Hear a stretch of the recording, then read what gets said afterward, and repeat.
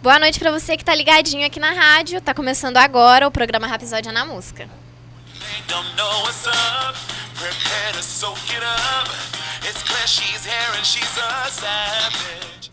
E no programa de hoje vamos falar sobre o modelo ideológico do autor Louis Althusser, que ele foi um filósofo francês nascido em 1918. Marxista, filiou-se ao Partido Comunista Francês em 1948. Um dos primeiros filósofos a colocar em prática a ideia de segregação social, Althusser é amplamente conhecido como um teórico das ideologias. E no dia de hoje vamos falar sobre o modelo ideológico em 4 tópicos, que é a reprodução das forças de trabalho, o Estado, aparelho ideológico de Estado e a produção das relações de produção. Para a gente conseguir entender um pouco melhor sobre o tema, do que a gente vai estar falando, trouxemos hoje 2 especialistas no assunto, que é o especialista Felipe Peixoto. Boa noite a todos. E o especialista Yander Aguiar. Boa noite, ouvintes. Para a gente começar uma discussão, a fim de entender melhor sobre o assunto de hoje, eu vou passar a palavra aí para o especialista Felipe. Um prazer, Felipe. Um prazer é meu. O primeiro tópico que nós vamos tratar aqui é a reprodução das forças de trabalho. Ele estuda como o sistema capitalista se estrutura para se perpetuar ao longo do tempo. Ele fala que a estruturação dos meios de produção em toda a cadeia produtiva por meio de novas tecnologias que vão surgindo. E na parte humana da produção, temos não somente a parte biológica, mas sim o salário que fornece as condições de vida dos trabalhadores. E também a escola, que oferece 2 tipos de conhecimento. O conhecimento técnico, que ensina aos trabalhadores como mexer nas máquinas por meio de produção, e também a parte que põe na cabeça das crianças os valores capitalistas, como se comportar em sociedade, aceitando as regras do sistema capitalista. O segundo tópico é o Estado. Louis Althusser divide o Estado em duas frentes de estudo. Uma é o aparelho de Estado e o outro é o poder de Estado. O aparelho de Estado consiste nas instituições que formam o Estado. Exemplo, escola, exército, administração pública. O outro é o poder de Estado, que é as pessoas que utilizam o aparelho de Estado em benefício próprio. Para o Althusser, o aparelho de Estado pode continuar intacto, independentemente de qual classe ocupa o poder de Estado. Continuando na visão marxista, o Estado sendo opressor, a classe trabalhadora. Essa é uma divergência que o Louis Althusser tem com Karl Marx, pois Marx entendia que o proletariado deveria fazer uma revolução para ocupar o poder, para ocupar os aparelhos de Estado. Já o Louis complementa que os trabalhadores têm que fazer uma revolução para ocupar o poder de Estado, para assim mudar as estruturas de Estado, para mudar assim a sociedade. E ele usa como exemplo a Revolução Russa de 1917. Muito obrigada pelas informações, Felipe. E para a gente poder saber mais aí sobre a teoria, o outro lado, a outra parte da teoria, eu passo a palavra agora para o especialista Ian. Boa noite. Eu vou citar o terceiro item dado pelo filósofo, que é os aparelhos ideológicos do Estado. Dentre eles são divididos 2, que é o repressivo. O repressivo utiliza formas de violência, tortura, agressões psicológicas, físicas. Todo meio que fere o indivíduo, isso é repressivo. Já o ideológico são ideias que é passada por uma representatividade e são empregadas nas escolas, igrejas ou qualquer instituição que está presente nos dias atuais, né? O quarto item posto pelo ele é a reprodução das relações de produção. Ou seja, todo meio produz algum tipo de conteúdo, seja qual for. Mas também, o exemplo comum, dado ao Felipe, puxando o gatilho, é a escola. Desde o pré até a universidade, os indivíduos entram ali para buscar algum tipo de conhecimento e absorver aquela ideia que se está passando. Então, quanto mais se produzir, mais desenvolvimento vai ter neste meio. E é isso que eu tenho para falar. Muito obrigada pelas informações, Yander.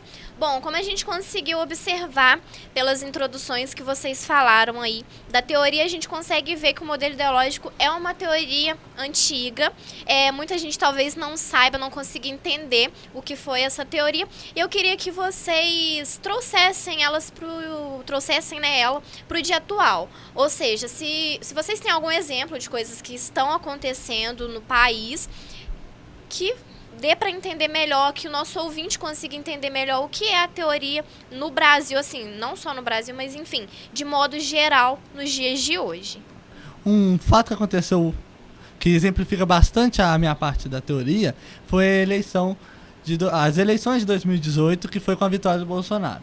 Várias pessoas votaram no Bolsonaro achando que pondo ele no poder, que seria, usando a teoria mesmo, seria o poder os aparelhos de Estado, pondo ele e todo o pessoal que ele confia nos aparelhos de Estado, mudaria a sociedade como ela está. O legislativo, o judiciário, o exército, tudo. Mas, como diz o Luiz, não adianta ele estar nos aparelhos. Ele tem que vencer, igual ele venceu a eleição, ele estaria no poder de Estado e ele teria que mudar nos aparelhos de Estado para fazer as mudanças que os eleitores dele quiseram. Então isso exemplifica o que é pôr só as pessoas nos aparelhos e pôr as pessoas primeiro no poder do Estado para mudar os aparelhos de Estado. Uma concepção que eu tenho aqui é que será que essas pessoas que votaram no candidato Bolsonaro não foram por efeito manada, não? Porque se tem ideia para ele ganhar assim disparada do candidato do PT, Haddad, não foi uma coisa muito estranha, não? Porque as pessoas, quer dizer, tudo bem, usaram de alguma técnica, algum meio, sabe, frágil. Aquelas pessoas estavam frágeis. Você acha que isso tem contra ou a favor a isso que você está impondo? É porque é o seguinte, as pessoas pegaram como... as pessoas entenderam que a sociedade, como a mídia, o político e tudo mais, seria uma ideologia marxista que estava pregando, e eles votaram para ir contra essa ideologia. Como não tem essa ideologia agora. O PT ficou no poder, mas ele não mexeu nos aparelhos de Estado. Então ele não teria feito uma revolução. Ele ocupou o poder de Estado, ficou lá 13 anos, mas quando saiu, todos os aparelhos continuaram do mesmo jeito. O judiciário, roubar sempre teve. Sim. Então ele não mudou, entendeu? Essa é a diferença. Mas você não acha que ele ajudou algumas pessoas a ter disponibilidade ou ter conseguido um espaço melhor para ter liberdade? Tipo, o Bolsa Família é um caso deles, você acha? E outros aspectos que ajudaram muito essas pessoas de classes menores? Não, realmente os programas sociais foram bem-vindos, mas o Bolsonaro não foi contra eles, assim, ele falou que vai dar 13º ao pessoal do Bolsa Família, entendeu? O pessoal quis lá para fazer uma mudança ideológica, só que eles não levaram em conta que ele, por enquanto, ele ganhou, então ele estaria no poder de Estado, só que ele está, na verdade, só nos aparelhos de Estado. Se ele não mudar nada, quem for os eleitores deles irão se frustrar com ele. Entendi.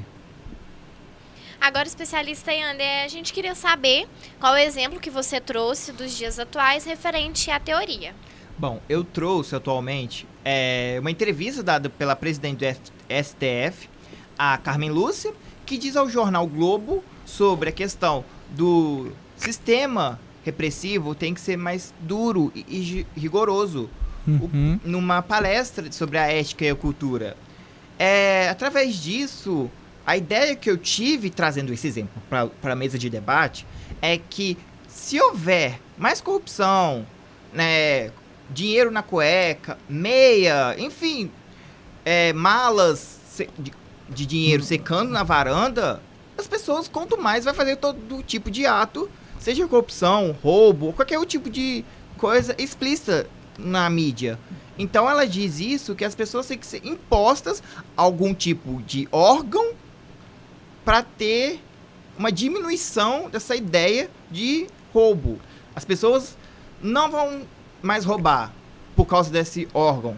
Entendi, é uma boa, né? Porque fazer uma legislação para coibir as pessoas que estão nos aparelhos ideológicos para não achar que elas estão imunes. Mesmo estando nos altos escalões, elas têm que respeitar a lei e a Constituição. Um belo exemplo. Muito obrigada pelo exemplo, Yander. Bom, mas os nossos ouvintes nas redes sociais estão comentando muito, pedindo muito para que vocês falem sobre o caso do DJ Renan da Penha, que para quem não conhece é um DJ, né, que mora na periferia, mas sim, conhecido pelo Baile da Gaiola, que foi o fundador do Baile da Gaiola, e ele foi condenado pelo desembargador, foi pedido, né, foi emitido para ele um pedido de prisão pelo desembargador Antônio Carlos Nascimento Amado, onde ele afirma que o DJ Renan da Penha, ele é o olheiro da Penha, onde acontece eventualmente aí o Baile da Gaiola, que ele fala que o DJ, ele movimenta o tráfico de drogas dentro da favela, levando assim clientes para os traficantes e, enfim. Queria que vocês falassem um pouquinho como que seria a atuação do modelo ideológico dentro desse caso nos dias atuais. Como que seria essa relação? Um bom exemplo é você ver que as pessoas que estão no aparelho de Estado, como no judiciário, como são os desembargadores, juízes, ministros, provavelmente são todos de classe alta. Então eles não frequentam a favela, eles não sabem de lá. Eles sabem pelo quê? Pela mídia, que mostra que lá só tem bandido e ladrão. Então isso vai criando uma cultura que é passada em vários meios de comunicação, que influencia essas pessoas também a terem esse tipo, que seria diferente que se tivesse um lugar numa rave de pessoas de um potencial aquisitivo maior, seria diferente o tratamento que seria dado ao músico. Então essa é uma boa reflexão sobre isso.